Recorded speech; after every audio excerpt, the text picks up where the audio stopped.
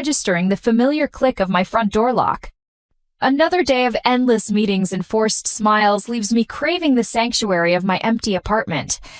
I drop my bag by the door, the soft thud echoing in the silence, and reach for my phone on the hallway table where I'd forgotten it this morning. The screen illuminates with a notification that makes me pause. A video message from Aunt Susan. Strangesh never sends videos. My thumb hovers over the play button as I sink into my favorite armchair, the one that still smells faintly of my grandmother's perfume. The familiar scent usually brings comfort, but tonight something feels off. A whisper of unease crawls up my spine as I press play. The video opens to my parents' living room, the one where I spent countless holidays trying to earn their approval. Mom's voice carries through the speaker first, sharp with laughter that sounds nothing like the careful tone she uses with me. "It's almost too easy," she says, and my breath catches at the cruel edge in her words. Dad leans into frame, his face flushed from what must be his third glass of wine. "Our little ATM?" He chuckles, and my stomach lurches. "Just mention family obligation and she'll empty her savings. Did you see how fast she transferred the money for Ethan's emergency last week?"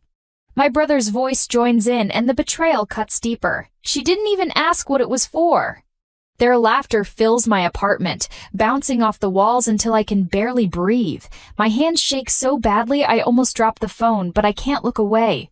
Every word they speak hammers another crack into the foundation of what I thought was truth. The screen blurs as tears well up, but I force myself to keep watching. Years of memories flash through my mind. Mom's urgent calls about overdue bills, Dad showing up at my workplace to demand help with the mortgage, Ethan's endless string of crises that only money could solve.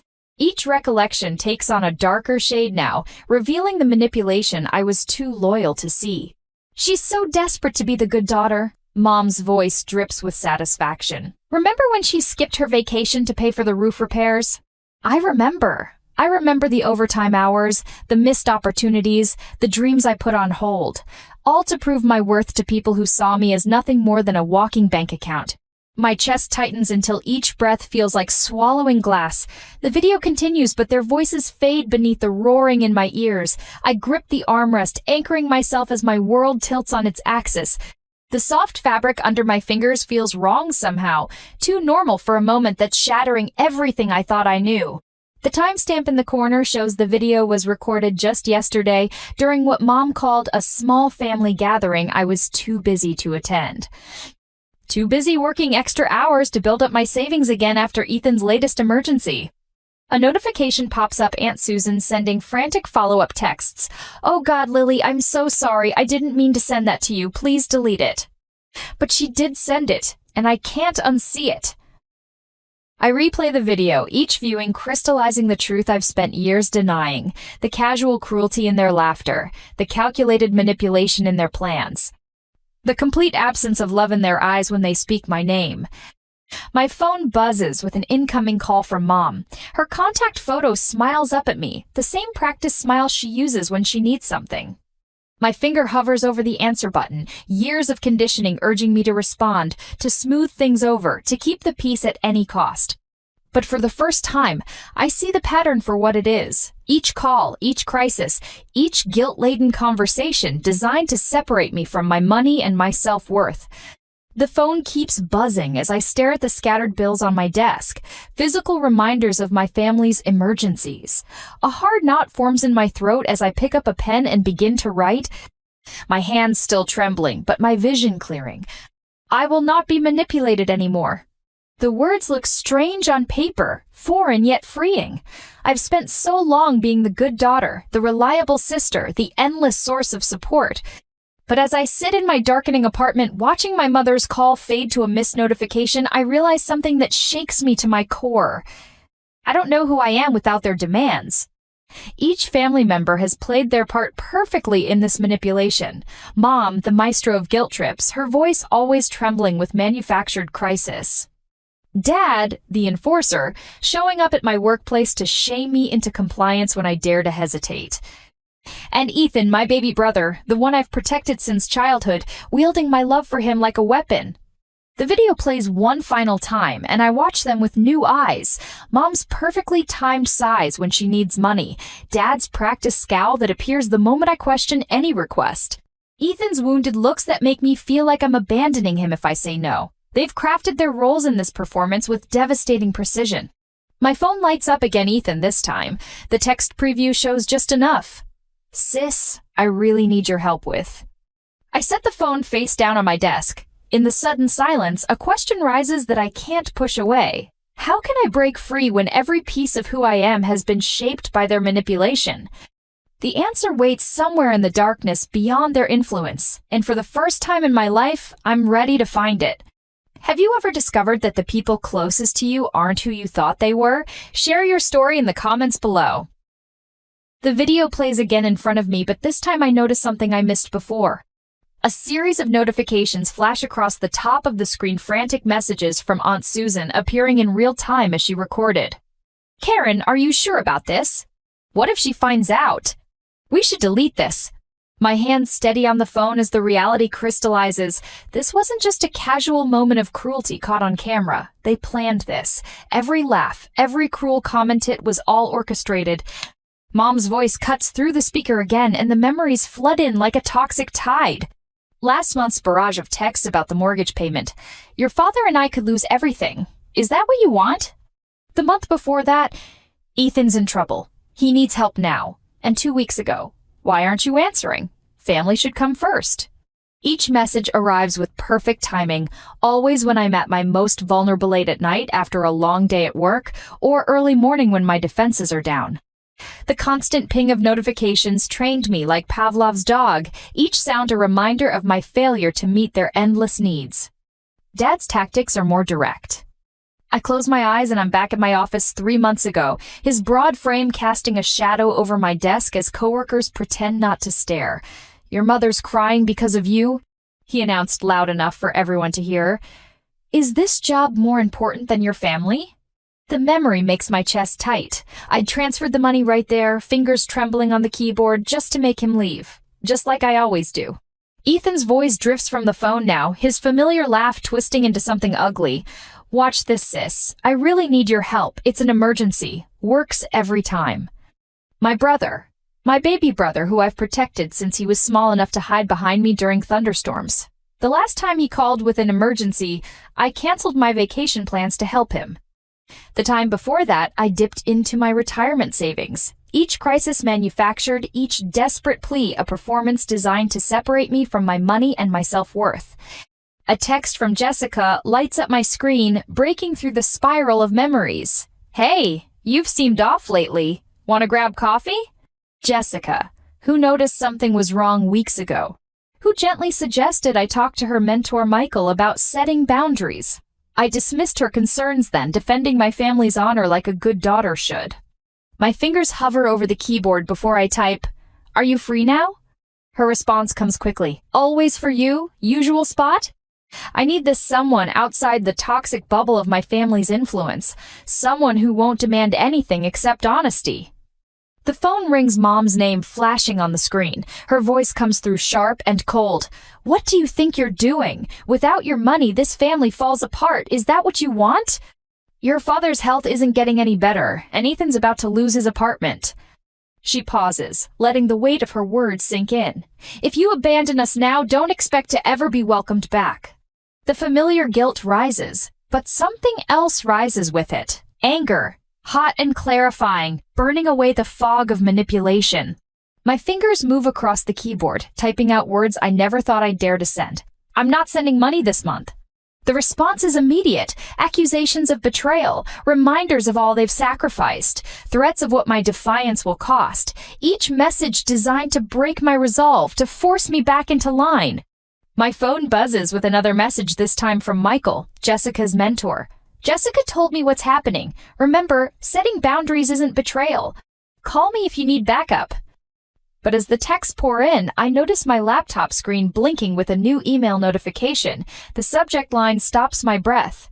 R.E. Lily's account, next steps. I open it with trembling fingers, and my world shifts again. There, in crisp black and white, is an email chain between my family members, detailing their plans for the coming months. Each crisis scheduled and scripted, each guilt trip carefully crafted to maximize impact. They've been coordinating their attacks, timing their demands to ensure I never have a chance to build my savings or question their motives. The evidence of their calculations sears itself into my mind. This isn't just about money anymore. This is about power, control, the systematic destruction of my independence disguised as family obligation.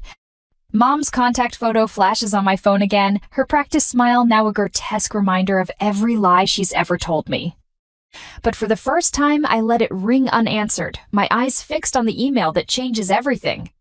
What hidden truths do you think lie beneath a toxic family's facade? Comment below with your theories. My shoulders tense as Karen's voice cuts through the bustling office, sharp and precise as a surgeon's blade. How dare you ignore my calls? The words slice across the marketing department's open floor plan, drawing curious glances from my colleagues. I grip my coffee mug tighter, willing my hands not to shake. Mom, I'm at work. The words come out steadier than I feel. Behind me, I hear Sarah from accounting pause her typing. Oh, so now you're too important to help your family? Karen's laugh crackles through the speakerphone, the same calculated laugh I heard in that video. What happened to being grateful for everything we've done for you? Heat creeps up my neck as I notice Tom, my supervisor, emerging from his office. His eyebrows rise at the commotion. I fumble to switch off the speaker, but Karen's voice has already achieved its intended effect. The damage is done. Later that evening, at Bellini's restaurant where the families gathered for Uncle Mike's birthday, I slide into a corner booth hoping to stay invisible. But Richard's voice carries across the white tablecloths and wine glasses, loud enough to ensure everyone hears. Some people, he announces to the table of relatives, swirling his third glass of Cabernet, think they're too good for family once they get a fancy office job. His eyes fix on me, lips curling into a smirk. Isn't that right, Lily? The fresh bruise to my reputation stings, but something else rises in my chest, a familiar pressure building like steam in a kettle. I watch him take another self-satisfied sip, and suddenly I'm tired. Tired of being the punching bag. Tired of measuring my worth in dollars withdrawn. I set down my fork, the clatter against fine china drawing attention. Actually, Dad, I think it's more that some people view family as an ATM rather than actual relatives. The words surprise even me with their clarity. Richard chokes mid-sip. Aunt Susan's eyes widen. She knows exactly what I'm referring to. The video she accidentally sent still burns in my phone. A digital smoking gun. That night in my apartment, I stand before the bathroom mirror. The woman staring back looks different somehow, shoulders straighter, jaw set with newfound determination. I think of Karen's performance at my office, of Richard's theatrical dismantling of my character at dinner. Each attempt to shame me has only crystallized something I've been afraid to admit. Their power over me exists only because I've allowed it. My phone buzzes on the counter, another text from Ethan. Hey sis, hate to ask, but I'm in a really tight spot. I let it sit unanswered, focusing instead on my reflection. The constant pressure of their demands has shaped me like water shapes rock, wearing away at my edges until I fit the mold they created. But erosion can be stopped. Damage can be reinforced. I grab my laptop and open a new document. My fingers hover over the keys for a moment before I begin typing. Documentation of financial exploitation. The title stares back at me, both terrifying and liberating. I begin listing every emergency payment, every guilt-laden transfer, every manipulation disguised as family obligation. The numbers add up far too quickly. Years of helping out with mortgages, car payments, and Ethan's endless crises scroll down my screen. Each entry reinforces my resolve. This isn't help anymore. It's systematic exploitation. A new text lights up my phone, Jessica, this time. Coffee tomorrow? Been worried about you. Jessica, who's watched this pattern play out for years. Jessica, who's never asked me for a dime. I text back a quick, yes, something warming in my chest that feels like hope. The next morning, the familiar scent of coffee and pastries at the daily grind wraps around me like a comfortable sweater. Jessica slides into the seat across from me, and I notice Michael, my old mentor from grad school, approaching with 3 steaming mugs. I hope you don't mind, Jessica says. I asked Michael to join us. We're worried, Lil. Michael sets down the coffee and fixes me with the same steady gaze that got me through my thesis anxiety. Your father came by my office yesterday, he says quietly, making some interesting claims about your mental state. The old Lily would have crumbled at this news, but I think of the documentation waiting on my laptop, of Karen's public performance, of Richard's wine-soaked accusations. I wrap my hands around the warm mug, drawing strength from its solidity. They're escalating, I say, surprised by the clinical tone in my voice, because they're losing control. Jessica reaches across the table, squeezing my hand. You don't have to go through this alone. Michael nods, pulling out a business card. I have a friend who specializes in financial abuse cases, just to understand your options. I take the card, its edges sharp and clean against my fingers. In its blank white surface, I see possibilities I've never allowed myself to consider. The pressure in my chest transforms into something else, not quite peace, not quite triumph, but perhaps the first real breath I've taken in years. Just remember, Ethan's voice cuts through the weekend quiet of Thompson Park. Everything our parents did was for you, Lily. The music lessons, the college tours. He gestures broadly to our gathered friends at the community barbecue, his voice carrying across the lawn. While I had to figure everything out myself, I watch the faces of our childhood friends shift uncomfortably. This is classic Ethan turning every gathering into a performance of his victimhood. Tell them about the car they bought you, he continues, voice dripping with mock sweetness, while I had to take the bus. The car they convinced me to co-sign for, I correct quietly. The one I'm still paying off 5 years later. His face reddens. There you go again, twisting everything. You know what your problem is, Lily? You're selfish. You've always been selfish. Something inside me snaps. Years of swallowed responses rise to the surface. Selfish? My voice carries across the stunned silence. Was it selfish when I drained my savings for your business venture? Or when I worked double shifts to cover Mom's mortgage? Each word feels like breaking free from invisible chains. Tell them about the video, Ethan, the one where you all laughed about your little ATM. He pales, mouth opening and closing like a fish. Around us, the murmurs begin. Later that night, I sit cross-legged on my bedroom floor, surrounded by old photo albums. Each smiling family photo now tells a different story. The Christmas I couldn't afford a vacation because of Dad's emergency. The graduation where Mom guilted me into paying for Ethan's student loan payment instead of putting a down payment on a house. My fingers trace the edges of a photo from my first job celebration. I'm beaming at the camera, unaware that my starting bonus would disappear into Karen's credit card debt the very next week. Tears blur my vision, but they feel different now, not tears of hurt, but of release. At my desk, I open my laptop. The documentation I started grows more detailed. Dates, amounts, screenshots of texts. Each piece of evidence transforms from a source of shame into a weapon of truth. I create folders, organize years of financial records, and start recording every interaction. A plan takes shape in my mind, not just escape, but exposure. My hands pause over the keyboard as I open a final folder buried deep in my email archive. Inside, I find what I've been looking for, the original loan documents for the house. The ones with my signature forged in Karen's hasty scrawl, the missing piece that changes everything. I stand before the mirror again, but this time I don't see a victim. I see a woman who's done being the family scapegoat. I will not be manipulated anymore, I declare to my reflection, voice steady and clear. I will not be their ATM. The pressure in my chest transforms into something else, not quite peace, not quite triumph, but perhaps the first real breath I've taken in years. The cursor blinks on my screen, steady as a heartbeat. I've typed and deleted the email subject line 7 times now, but the words finally feel right. Financial record of family support 2020 to 2024. My fingers hover over the keyboard as I review the spreadsheet one last time. Every transaction, every guilt-laden transfer, every emergency payment meticulously documented. The numbers tell their own story, one of systematic exploitation that makes my stomach clench. Send me your bank statements.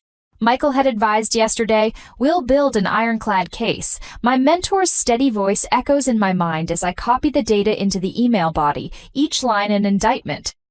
Asterisk January 2020. Emergency roof repair, $8,400. February 2020. Mom's overdue medical bills, $3,200. It's March 2020. Ethan's car trouble, $2,800 asterisk. The list stretches endlessly. 4 years of financial drainage, perfectly cataloged. My hands shake slightly as I add the total at the bottom, $147,632. Nearly my entire life savings gone to feed their endless needs. The phone rings, Mom's ringtone. I silence it without looking, focusing instead on the final paragraph of my email. This will be my last communication regarding financial support. Any further attempts to extract money will be met with legal action. All documentation has been shared with my attorney. I hit send before I can second-guess myself. The whoosh of the sent email feels like a door slamming shut. The response is immediate and explosive. My phone erupts with notifications. Mom's voice trembles in her voicemail. How dare you air our private business like this, after everything we've done for you? I delete it mid-sentence. Dad's message is next, his tone sharp enough to cut. You ungrateful little, delete.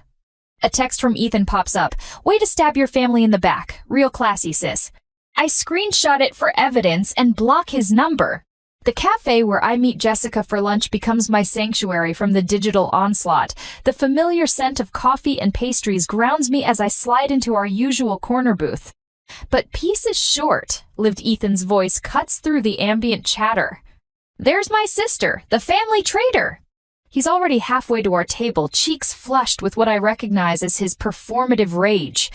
Everyone, want to hear how she's abandoning her own blood?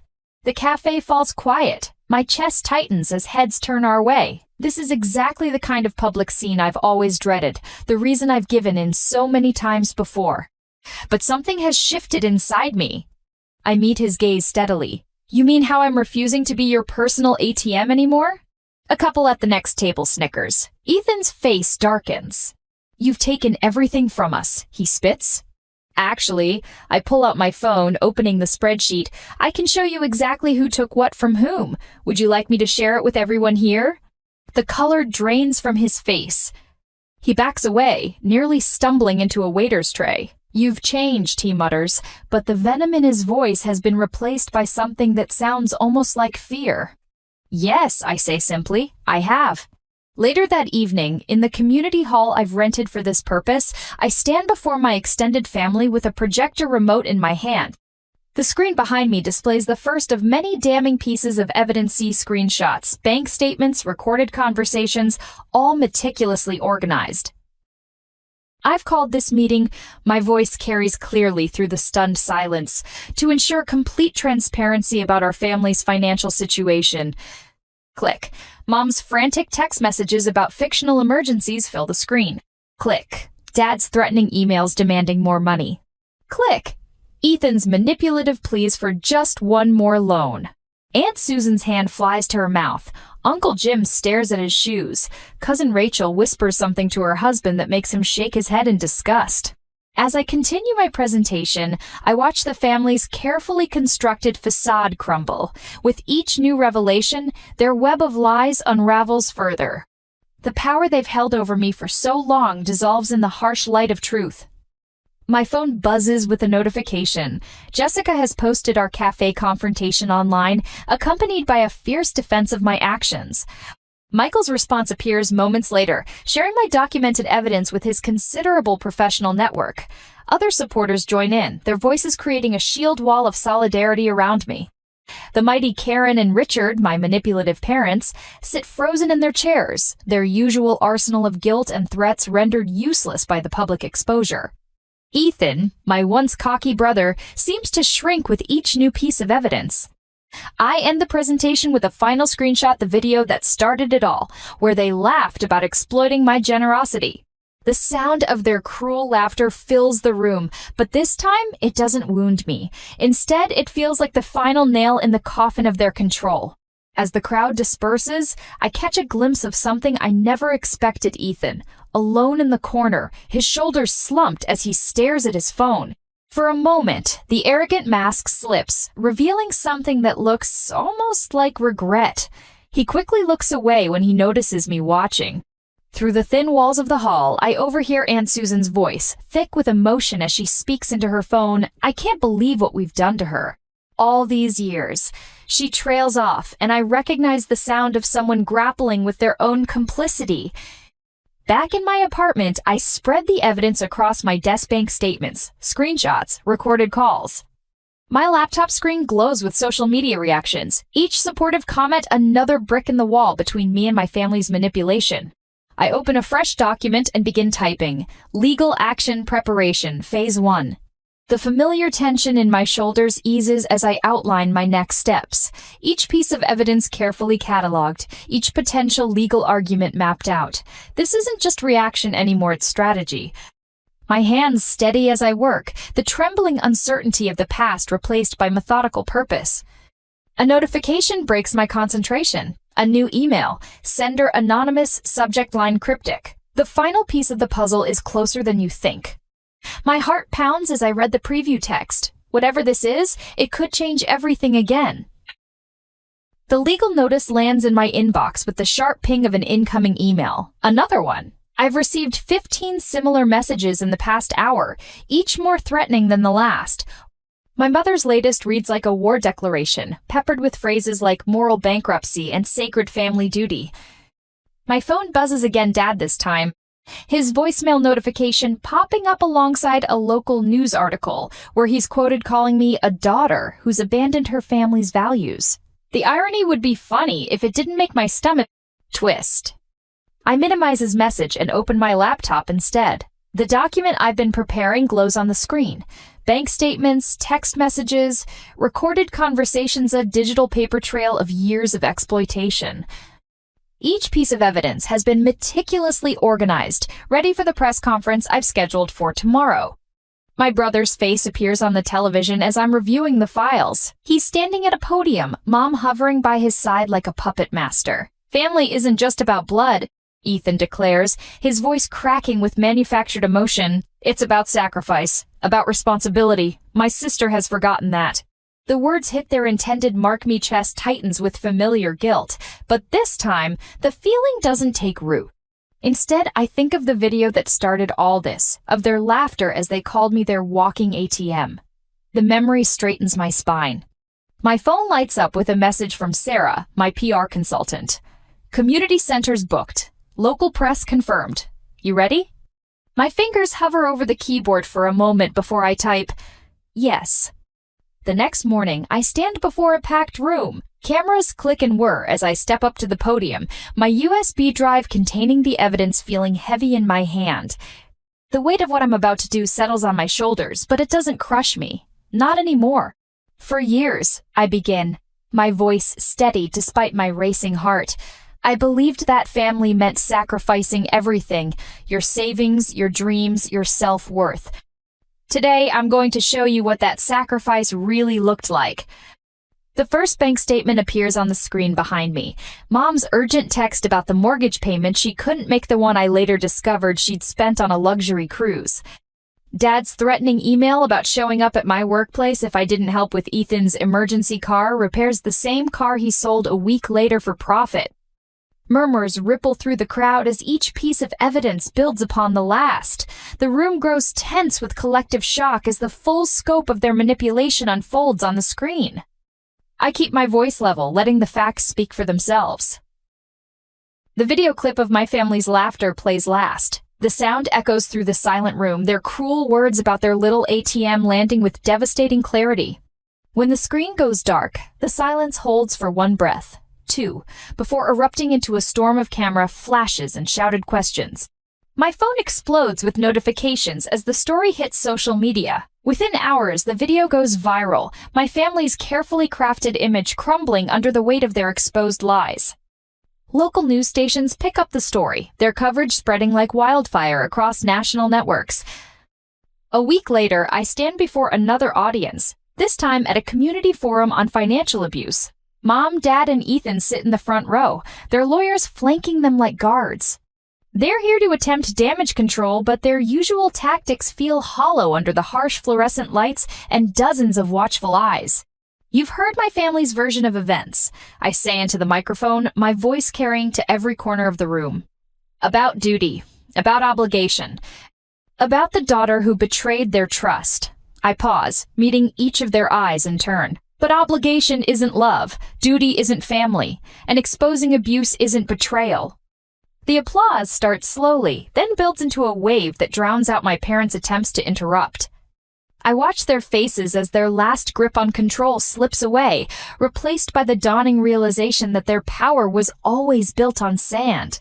The final battle takes place in a courtroom 3 days later. My lawyer presents our dossier to a panel of judges, the evidence even more damning under the stark courtroom lights.